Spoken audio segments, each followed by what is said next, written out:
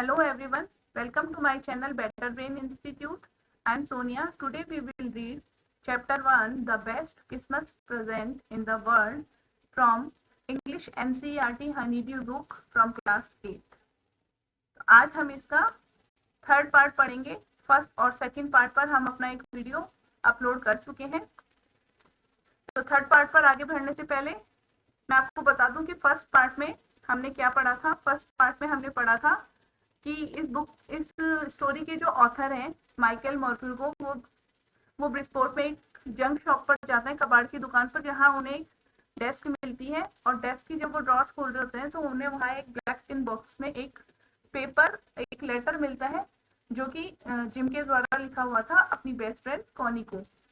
तो यहाँ पर ये फर्स्ट पार्ट खत्म होता है इस चैप्टर का। सेकंड पार्ट में हमने पढ़ा था कि जो ऑथर है उन्होंने उस लेटर को जब खोला तो उस लेटर में क्या लिखा हुआ था। तो उस लेटर में ये बताया हुआ था कि जिम, जो कि एक ब्रिटिश सोल्जर थे, वॉर के दौरान जिनकी वॉर हो रही थी जर्मन सोल्जर्स के साथ, कि जब क्रिसमस डे आया था तो कैसे क्रिसमस डे के दिन दोनों देशों के सोल्जर्स ने अपनी फाइट को भुलाकर और कैसे उस दिन को एंजॉय किया, इस बारे में उन्होंने अपनी फ्रेंड कॉनी को बताया हुआ था और ये बताया था कि हम जल्दी ही क्रिसमस पर मिलेंगे। तो अब यहाँ पर थर्ड पार्ट इस चैप्टर का स्टार्ट होता है। तो देखते हैं इस पार्ट में क्या बताया हुआ है। I folded the letter again and slipped it carefully back into this envelope. तो मैंने इस लेटर को वापस फोल्ड किया और इसको उसके लिफाफे में बहुत सलीके से, बहुत ध्यान से रख दिया। I kept awake all night. मैं पूरी रात जगा रहा। By morning I knew what I had to do. अगली सुबह मैं जानता था कि मुझे क्या करना है। I drove into Bridgeport. मैं ब्रिजपोर्ट में गाड़ी चलाकर गया। जस्ट फ्यू माइल्स अवे, जो कि थोड़ी माइल्स पर दूरी पर था। I asked a boy walking his dog where Copper Beaches was. तो मैंने एक लड़के से जो कि अपने कुत्ते को टहला रहा था पूछा कि कॉपर बीच कहाँ है। House number 12 turn out to be nothing but a burn out shed. तो हाउस नंबर 12 एक जले हुए शेल के अलावा और कुछ नहीं था। द रूफ गैपिंग, छत में भी गैप हो रहा था। द विंडोज बोर्ड अप, तो बोर्ड अप का मतलब क्या है, कवर्ड विद वुडन बोर्ड्स। तो जो उस घर की खिड़कियां थी वो भी वुडन बोर्ड से ढकी हुई थी। I knocked at the house next door and asked if anyone knew the whereabouts of a Mrs McPherson. तो मैंने उस घर से अगला दरवाजा था, उस अगले घर का दरवाजा था, उसे खटखटाया और पूछा कि क्या कोई यहाँ पर मिसेस मैकफर्सन को जानता है।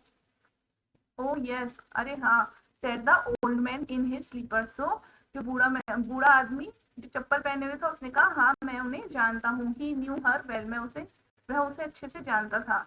अ लवली ओल्ड लेडी, एक बहुत ही प्यारी बूढ़ी औरत थी। टोल्ड मी, उन्होंने मुझे बताया। अ बिट मर्डर्ड हेडेड, तो मर्डर्ड हेडेड का मतलब क्या है, कंफ्यूज्ड। तो वो थोड़े से कुछ कंफ्यूज थे। But at her age she was entitled to be, wasn't she, लेकिन वो अपनी इस उम्र पर इस चीज की हकदार थी। क्या वो नहीं थी। 101 years old, 101 साल की है। She had been in the house when it caught fire, वो घर पर ही थी जब उनके घर ने आग पकड़ी थी। No one really knew how the fire had started, कोई नहीं जानता कि घर में आग कैसे लगी। But it could well have been candles, लेकिन ये शायद मोमबत्तियों से लगी होगी। She used candles rather than electricity, वो इलेक्ट्रिसिटी यूज करने के बजाय कैंडल्स यूज करती थी।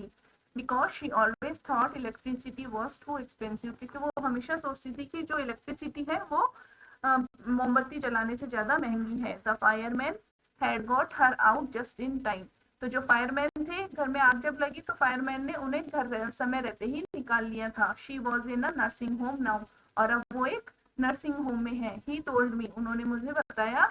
Burlington House on the Dorchester Road on the other side of town, तो कस्बे की दूसरी तरफ बर्लिंगटन हाउस डोर्चेस्टर रोड पर वो नर्सिंग होम है।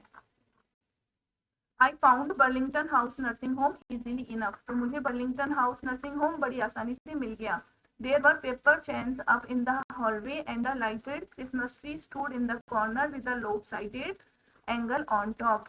तो मैं जब वहां गया तो मतलब देयर वर पेपर चेन्स, कि वहां हॉल के अंदर पेपर चेन्स लगी हुई थी और एक कोने में जो रोशन क्रिसमस ट्री था वो खड़ा हुआ था with a lopsided angel on top का मतलब होता है, लॉपसाइडेड का मतलब है एक तरफा उसके ऊपर एंजल लगी हुई थी।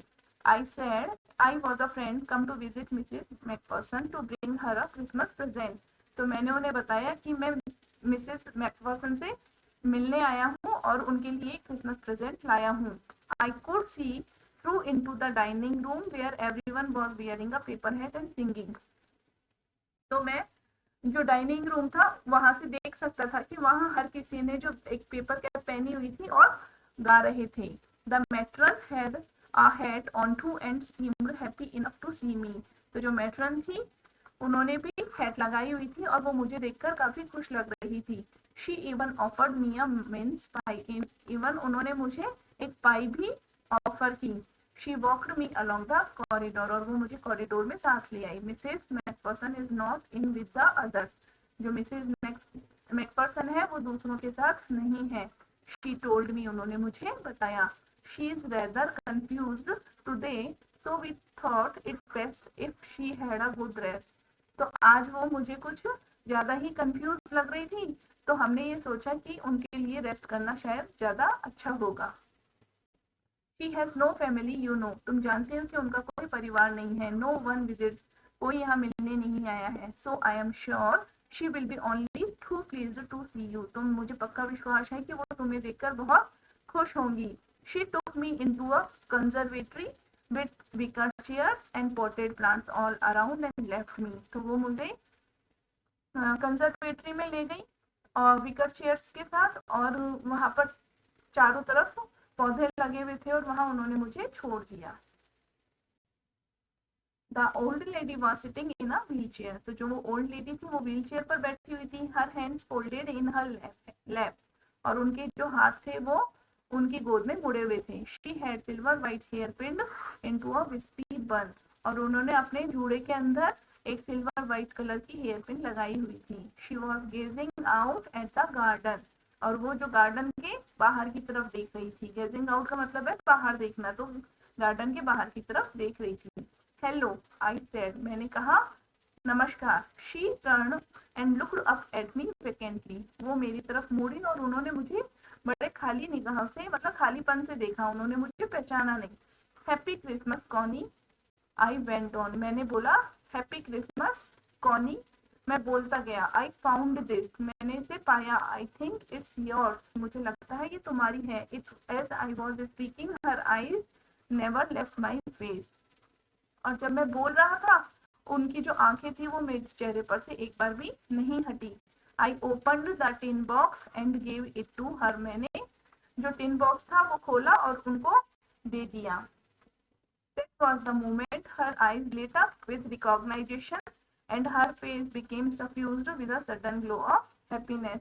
तो ये वो वक्त था जबकि उनकी आंखें लिट अप यानी खुशी से चमक उठी, विद रिकॉग्नाइजेशन उस चीज को पहचानते हुए, and her face became suffuse, suffuse का मतलब होता है कि चेहरे पर खुशी के बहाव आना, और उनका जो चेहरा था वो खुशी से चमकने लग गया था। आई एक्सप्लेन्ड अबाउट द टेस्ट, तो मैंने उन्हें टेस्ट के बारे में बताया। About how I had found it, और ये बताया कि मैंने उसे कैसे पाया है। But I don't think she was listening, लेकिन मुझे नहीं लगता कि वो मुझे सुन रही थी। For a while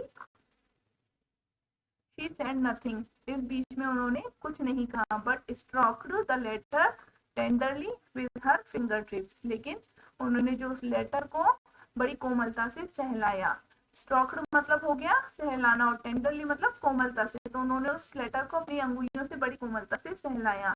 suddenly she reached out and took my hand, और अचानक वो बाहर आई और उन्होंने मेरा हाथ पकड़ लिया। Her eyes were filled with tears, और उनकी जो आंखें थी वो आंसुओं से भरी हुई थी। You told me you had come home by Christmas dearest, she said, तो उन्होंने कहा कि तुमने कहा था मुझसे कि तुम क्रिसमस पर आओगे मेरे प्रिय, एंड हियर यू आर, और आज तुम यहाँ हो। The best Christmas present in the world, ये इस दुनिया का सबसे बेस्ट क्रिसमस प्रेजेंट है। कम क्लोजर, मेरे पास आओ। Jim dear sit down, Jim dear मेरे पास आओ, यहाँ बैठ जाओ। तो वो उस जो बुक के ऑथर थे जिन्होंने उन्हें लेटर दिया था उन्हें ही जिम समझ रही थी।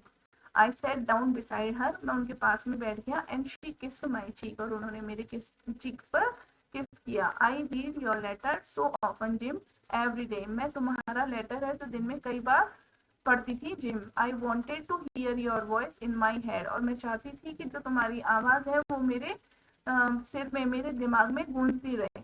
It always made me feel you were with me, और ये मुझे हमेशा महसूस कराता था कि जैसे कि तुम मेरे साथ हमेशा थे। एंड नाउ यू आर, और अब तुम हो। Now you are back, you can read it to me yourself, और अब जबकि तुम आ गए हो तो इस लेटर को तुम मेरे लिए पढ़ सकते हो। Would you do that for me, क्या तुम मेरे लिए ऐसा करोगे Jim dear? I just want to hear your voice again, मैं तुम्हारी आवाज फिर से सुनना चाहती हूँ। I had love that so much, ये मुझे सबसे ज्यादा अच्छा लगेगा। And then perhaps we will have some tea, और फिर उसके बाद हम शायद चाय पियेंगे। I will I have made you a nice Christmas cake, मार्पेन all around, और जैसा कि सब जानते हैं कि मैंने तुम्हें जो तुम्हारा पसंदीदा केक मार्सपिन है वो मैंने तुम्हारे लिए बनाया है। I know how much you love marzipan, और मुझे पता है कि तुम्हें कितना मार्सपिन पसंद है। तो यहाँ ये चैप्टर कंप्लीट होता है। आई होप आपको ये समझ में आया होगा।